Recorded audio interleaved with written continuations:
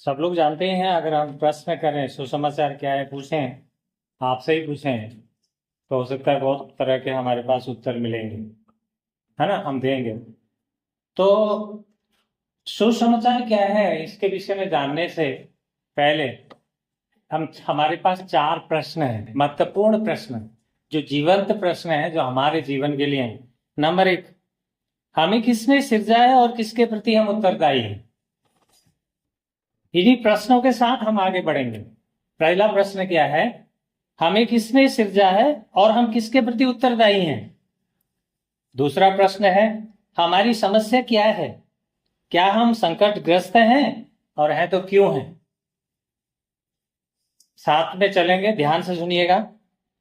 हमारी समस्या के लिए परमेश्वर का समाधान क्या है। तीसरा प्रश्न, हमारी समस्या के लिए समाधान क्या है और उसने हमें उस समस्या से बचाने के लिए क्या कार्य किया है। चौथा प्रश्न है, कैसे मैं स्वयं अभी यहीं पर उस उद्धार में सम्मिलित कैसे हो सकता हूं, यह मेरे लिए सुसमाचार कैसे बन सकता है। ये जीवंत प्रश्न है हमारे जीवन के लिए। चार बातें हैं। इन चार बातों को चार तरह बातों से हम देख सकते हैं। पहला है परमेश्वर, उनके बारे में देखेंगे। दूसरा है मनुष्य। तीसरा है कौन है, यीशु मसीह। चौथा है मेरा और आपका प्रत्युत्तर क्या है। ये चारों प्रश्न के उत्तर में हम इन विषयों को देखेंगे। पहला प्रश्न, जैसे हमने कहा, हमें किसने सिरजा है और किसके प्रति हम उत्तरदायी हैं। अगर इस बात का हम उत्तर ढूंढें तो हमें किसने सिरजा है। जो विश्वास करने वाले हैं उनके लिए तो परमेश्वर सृष्टि करता है, क्योंकि उत्पत्ति उसका एक दो अध्याय में अगर देखें तो परमेश्वर ने संपूर्ण ब्रह्मांड को सृष्टि किया। हम जानते हैं ना, क्योंकि वो सृष्टि करता है।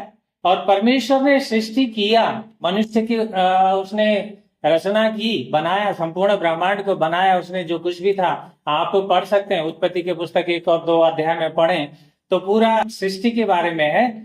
वो परमेश्वर, वो हमारा सृष्टि करता है। वो परमेश्वर, वो जानता है और चाहता है कि हम उसकी महिमा करें, हम उसे राजा के रूप में, एक परमेश्वर के रूप में अपने जीवनों में ग्रहण करें। हमारा उत्तरदायित्व तो ये है। लेकिन हुआ क्या, समस्या कहां आई। हम देखते हैं, वचन बहुत हैं, क्योंकि उत्पत्ति उसके 1 अध्याय में परमेश्वर ने क्या किया, मनुष्य की, जो आपकी और मेरी, उस समय आदम और हवा की सृष्टि जो की परमेश्वर ने, आदम को जब उसने पहली बार बनाया तो अपने स्वरूप और अपनी समानता में बनाया। 1 का 26 और 27 पद हमें ये कहता है, उत्पत्ति का पुस्तक। परमेश्वर चाहता था कि परमेश्वर के साथ हमारा रिलेशन, मनुष्य जाति का रिलेशन बने, संबंध बने और परमेश्वर की महिमा करें। लेकिन हुआ क्या, दूसरे प्रश्न की ओर हम आए तो हमारी समस्या क्या है और क्या हम संकटग्रस्त हैं और क्यों। दूसरे प्रश्न में अगर आते हैं तो यहाँ पे मनुष्य ने क्या किया।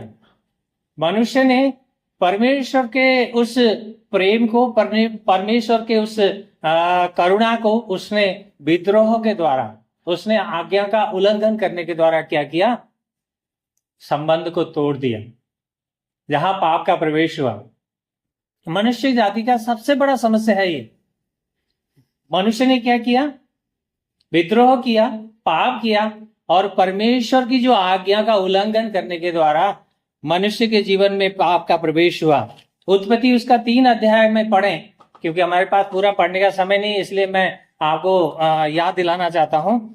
और उत्पत्ति 3 अध्याय में पढ़ें तो पूरा उसका खंड में आप पढ़ सकते हैं बाद में। रोमियो की पत्री में पौलुस लिखते हैं, रोमियो 3 अध्याय में 10 से लेकर 12 खंड में अगर पढ़ें तो पौलुस वहां भी कहते हैं कि सब ने क्या किया, पाप किया। हमारी मनुष्य का सबसे बड़ा समस्या, अगर इस दूसरा प्रश्न का अगर उसमें जाएं, हमारी समस्या क्या है। हमारी समस्या का जड़ पाप है। मनुष्य की जाति का समस्या का जड़ क्या है, पाप है। उस पाप ने क्या किया, हमें परमेश्वर और उसकी महिमा से हमें दूर ले गया। और पाप का जो मजदूरी हमारे लिए क्या तय हुआ, मृत्यु तय हुआ। रोमियो 6 का 23 में लिखते हैं पौलुस की मजदूरी उसकी मृत्यु तय हो गई। तो परमेश्वर ने कहा कि इब्रानियों 9:27 में कहता है एक बार मरना, उसके बाद न्याय का होना निश्चित हो गया। परमेश्वर ने सुंदर रचना रचा था, परमेश्वर ने सुंदर सृष्टि बनाया था, मनुष्य जाति को एक शिरोमणि बनाया था, परंतु क्या हो गया? पतित हो गया। पतित होने के बाद ये मनुष्य का जीवन का पाप के कारण उसके जीवन की जो समस्या हुई, अभी हम मरी हुई अवस्था में, जिन्होंने परमेश्वर यीशु मसीह को नहीं जाना, जिन्होंने उद्धार को समझा नहीं, इफिसियों उसका 2 अध्याय में, 2 अध्याय के 1 से लेकर 3 पद अगर हम देखें, इफिसियों की पत्री में पौलुस कहते हैं मनुष्य क्या था उस समय। इफिसियों की पत्री को पौलुस बता रहे होते हैं कि तुम मरी हुई अवस्था में, जिंदे तो हैं, चलते फिरते हम क्या है? पुतले हैं। हमारे अंदर हमारा विवेक हमें काटता नहीं, आत्मा मरी हुई अवस्था में है, सक्रिय नहीं है। ऐसी अवस्था में हम थे, ऐसी अवस्था में जिन्होंने परमेश्वर के उद्धार को जाना नहीं, जिन्होंने यीशु को व्यक्तिगत रूप में अपना स्वामी, अपना राजा, अपने स्वयं का परमेश्वर के रूप में ग्रहण किया नहीं, उनकी अवस्था क्या है? मरी हुई अवस्था। ये कैसे हुआ? पाप का परिणाम, पाप ने हमारे जीवन में किया। हमने पहली बात देखा था परमेश्वर, दूसरी बात हम देख रहे हैं मनुष्य। मनुष्य की अवस्था क्या है? पाप के द्वारा पतित है, पाप के द्वारा गिरी हुई अवस्था। पाप के द्वारा हम अपने उद्धार को हम खुद कमा नहीं सकते, क्योंकि रोमियो 1 अध्याय में पढ़े तो पौलुस बड़े स्पष्ट रूप से कहता है कि उसमें लिखा है कि परमेश्वर ने क्या किया? सृष्टि के द्वारा भी दिखाना चाहा मनुष्य को, जाने ये संपूर्ण सुंदर सृष्टि बनाया उसने, उसके द्वारा भी परमेश्वर अपने गुणों को प्रकट कर रहा था, दिखा रहा था। लेकिन मनुष्य ने क्या किया? हमने अपने इच्छा के अनुसार, अपने विचारों के अनुसार, हमने अपने अपने रास्ते चुन लिए, हमने अपने अपने परमेश्वर, अपने अपने स्वामी, अपने मर्जी के हिसाब से बना लिए। ये पाप का परिणाम, एक गंभीर परिणाम हम सबके लिए है। ये मनुष्य मृत्यु की ओर जा रहा था, मनुष्य उस पाप में मरने जा रहा था। लेकिन क्या हुआ? परमेश्वर ने, यीशु मसीह ने उत्पत्ति 3:15 में एक उद्धार का एक योजना बनाया। आप सब जानते हैं जो बाइबल को पढ़ते हैं रेगुलर। और उसने हमारी तीसरी जो प्रश्न है उसका समाधान परमेश्वर ने किया। तीसरा प्रश्न क्या था? हमारी समस्या के लिए परमेश्वर का समाधान क्या है? उसने हमें उस समस्या से बचाने के लिए क्या कार्य किया? और तीसरा जो प्रश्न था, गंभीर प्रश्न, इसका समाधान के रूप में परमेश्वर यीशु मसीह स्वयं मनुष्य बन के इस धरती में आ गए। हमने देखा जैसे अभी हम यूहन्ना की सुसमाचार को अध्ययन करते हुए आ रहे हैं, तो हमने देखा वहां पे यूहन्ना लिखता है आदि में वचन था, वचन परमेश्वर के साथ था और वचन परमेश्वर था। वो लेखक, जिस तरह हमने सुना है, लेखक आदि में ले जा रहा है। वह आदि में वचन था, वो क्या हुआ? उसने देह धारण किया, वो हमारे बीच में आ गया। कौन था वो? यीशु मसीह। महत्वपूर्ण, बहुत महत्वपूर्ण प्रश्न है। और भविष्यवाणी जो पुराने नियम में की गई थी भविष्यवक्ताओं के द्वारा, यशायाह 9 अध्याय में भी भविष्यवाणी की गई थी, और यीशु मसीह के जन्म के समय भी बहुत बातें की गई थी। लूका 1 अध्याय में भी देखें हमें, वो एक पाप का प्रायश्चित्त होगा, लोगों का उद्धार करेगा करके उस समय बताया गया था। और हमने देखा अभी यूहन्ना 1 अध्याय का 19 पद में, वो क्या था?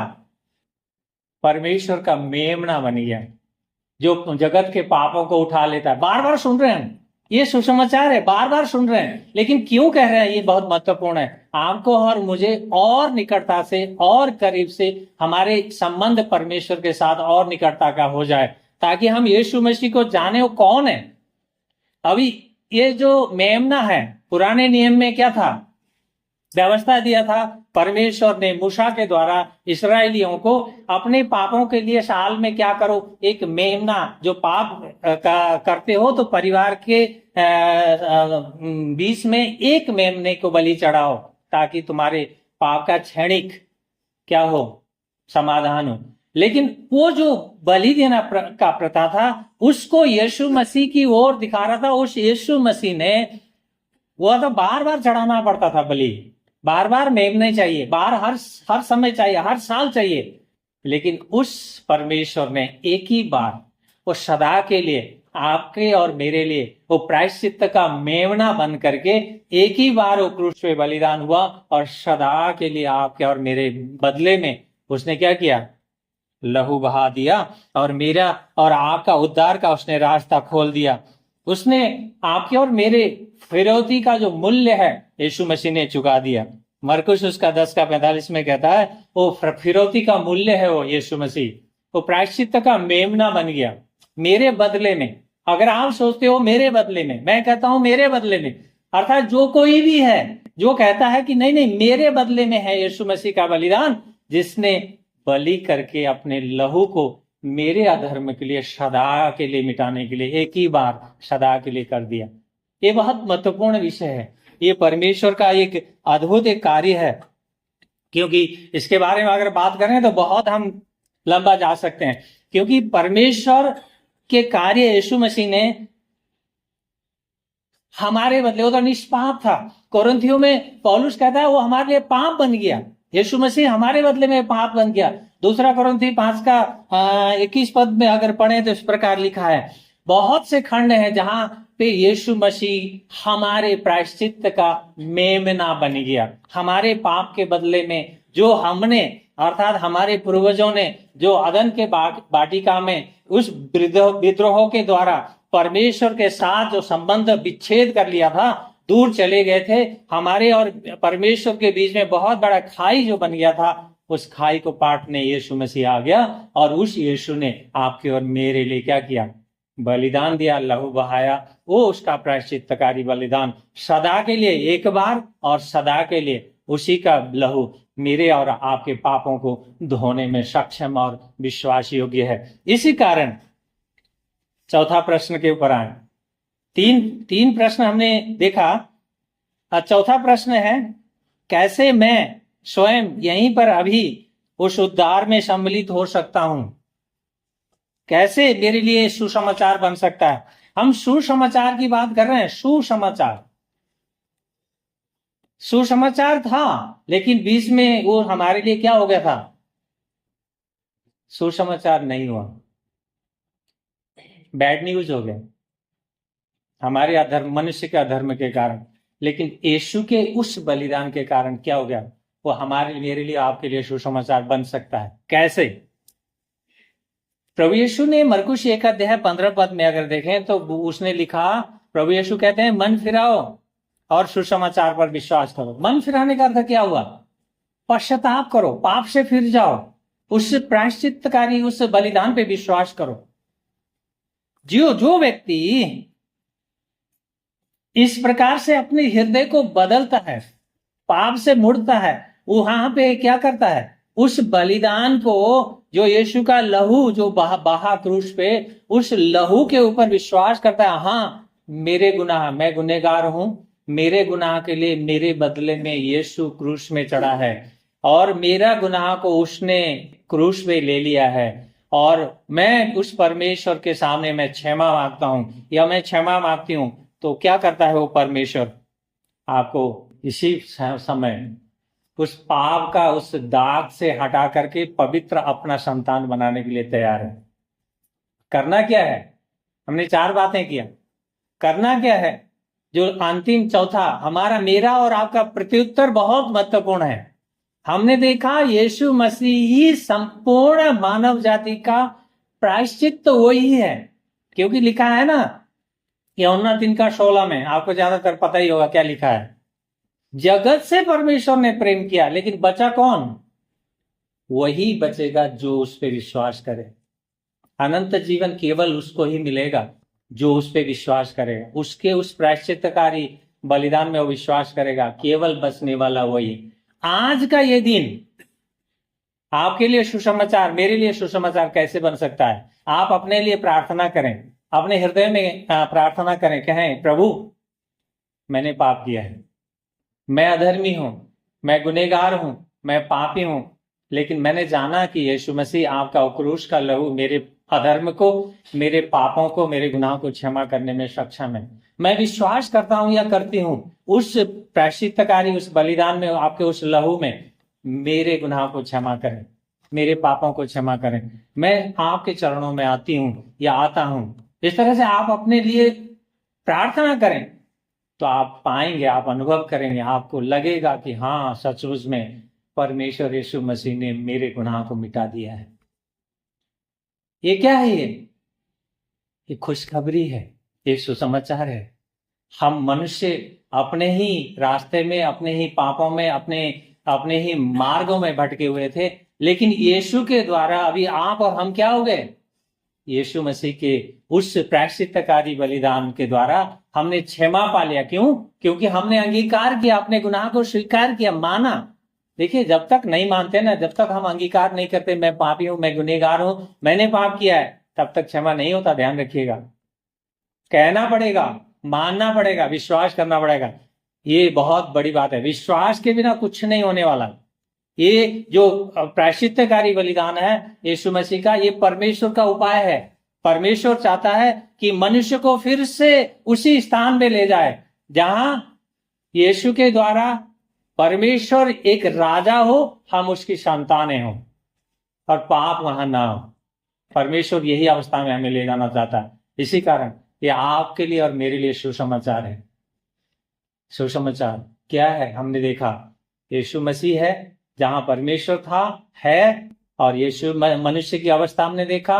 उसके बाद हमने देखा यीशु मसीह ने मेरे और आपके लिए क्या किया, और यहां महत्वपूर्ण है आपका और मेरा प्रत्युत्तर क्या है। क्या हम उसको तिरस्कार कर रहे हैं या हम उसको ग्रहण कर रहे हैं, स्वीकार कर रहे हैं? ये हमारे लिए महत्वपूर्ण। आपके लिए सुसमाचार भी बन सकता है, आपके लिए बैड न्यूज भी बन सकता है, दोनों हो सकते हैं। लेकिन हम आशा करते हैं कुसमाचार ना हो, सुसमाचार हो।